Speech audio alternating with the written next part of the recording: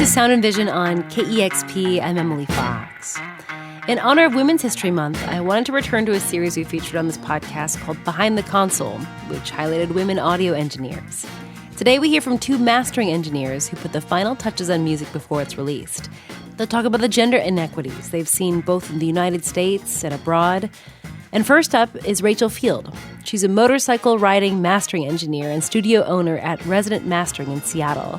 She's worked on albums from Eddie Vedder and Pearl Jam, to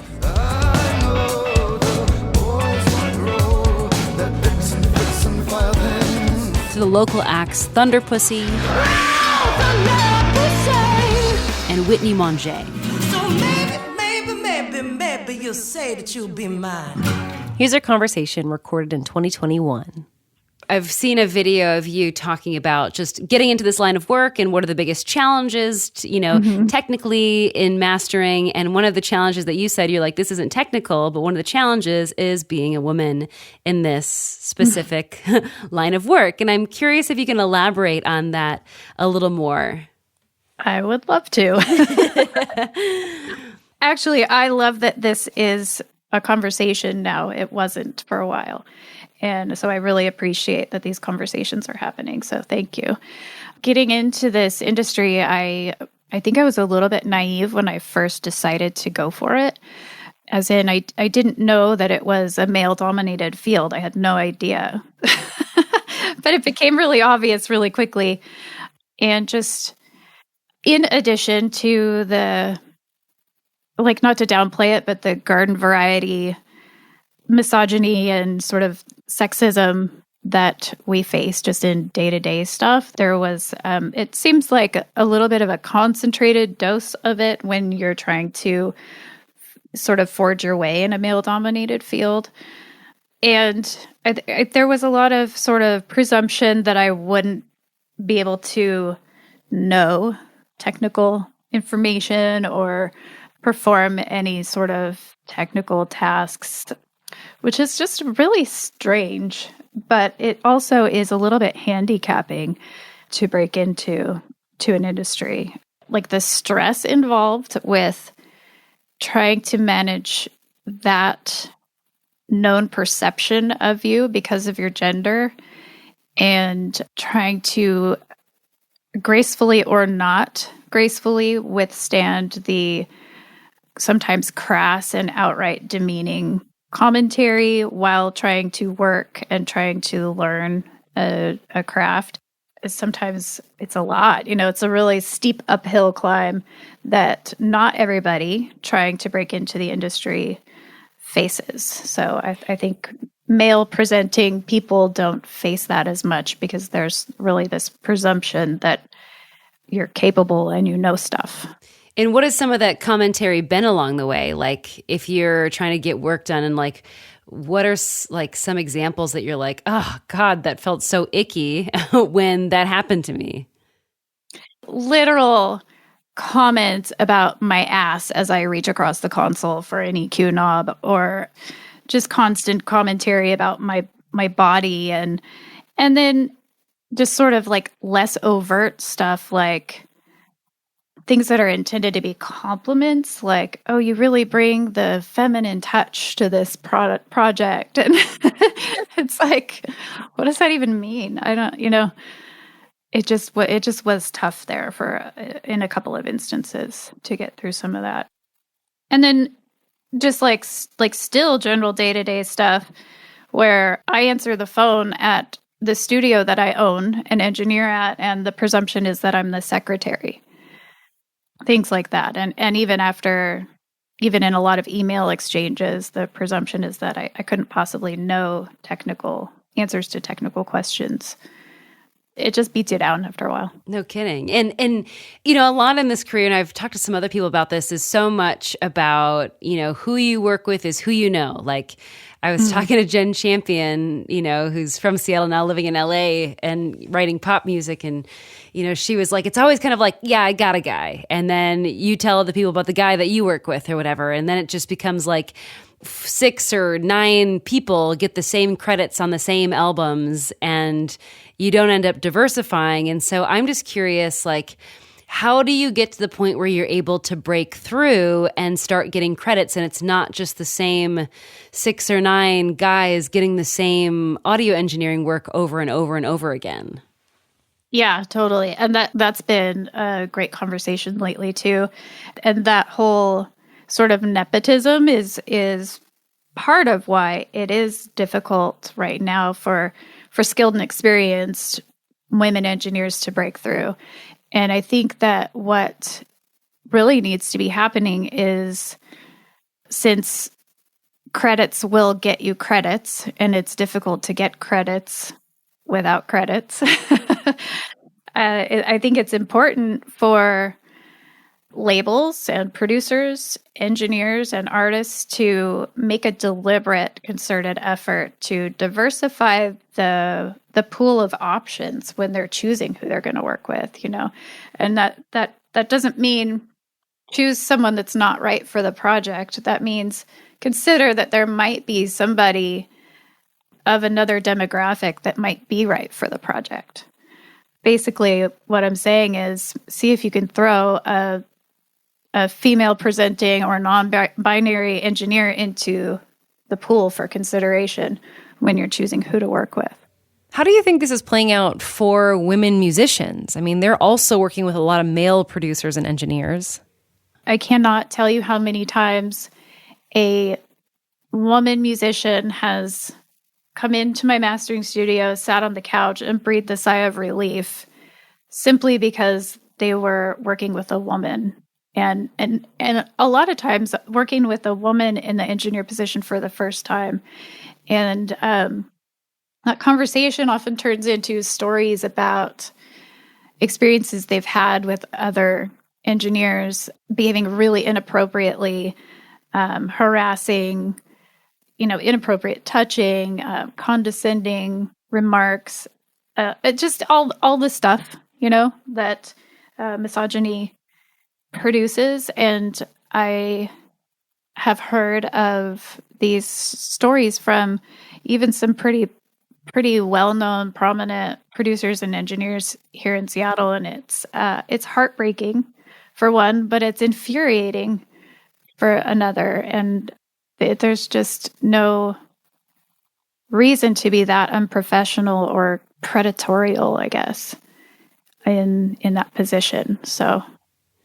And it feels like it's a trickle down too. Like, if this is what's happening when you're recording an album and artists are feeling this way, like, does it discourage artists from making more art if they're not a dude? Absolutely. Absolutely. And, and women artists who aren't getting proper credit. I've been in recording sessions where maybe even the lead artist in the band has an opinion to voice and they just get brushed over, and a lot of stuff like that, and it just sucks. Stop it. But I think you've also said that, like, you got into mastering because you wouldn't have to face so much of that pushback constantly. Yeah. Like, let's say if you were constantly recording with bands and asking them to do more takes, you might get more pushback, versus mastering. You're like, I have this place to myself. I have more control. Can you talk a little about that, about even just how that dynamic may have influenced you to just specifically go into mastering? Yeah.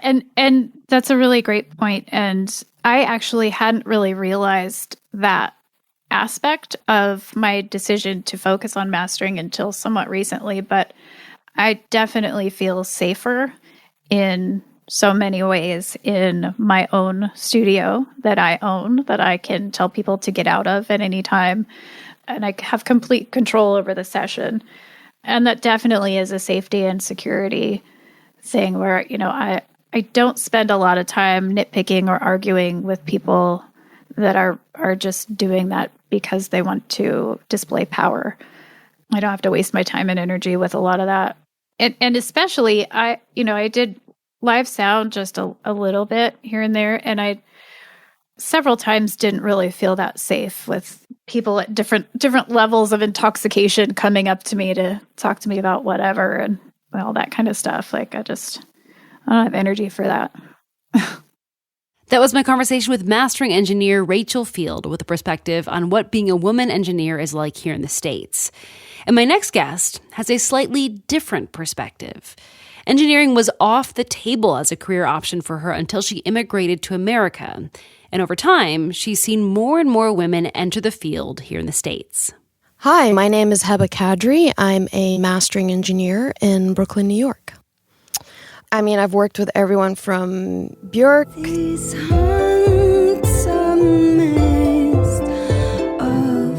Lucy Dacus. You got a 9 to 5, so I'll take the night shift. Slowdive's first album in 20 years. And I roll away, said we never wanted. The Mars Volta. When you leave the nights on. So you were from Egypt, and I understand that you felt that you couldn't be an audio engineer in Egypt. And I'm just curious from your perspective, like what that was like in Egypt, and then how that informs if you feel like there are gender inequities in this particular field in the U.S. Yeah, absolutely. I mean, we have a problem in Egypt with extreme gender inequity.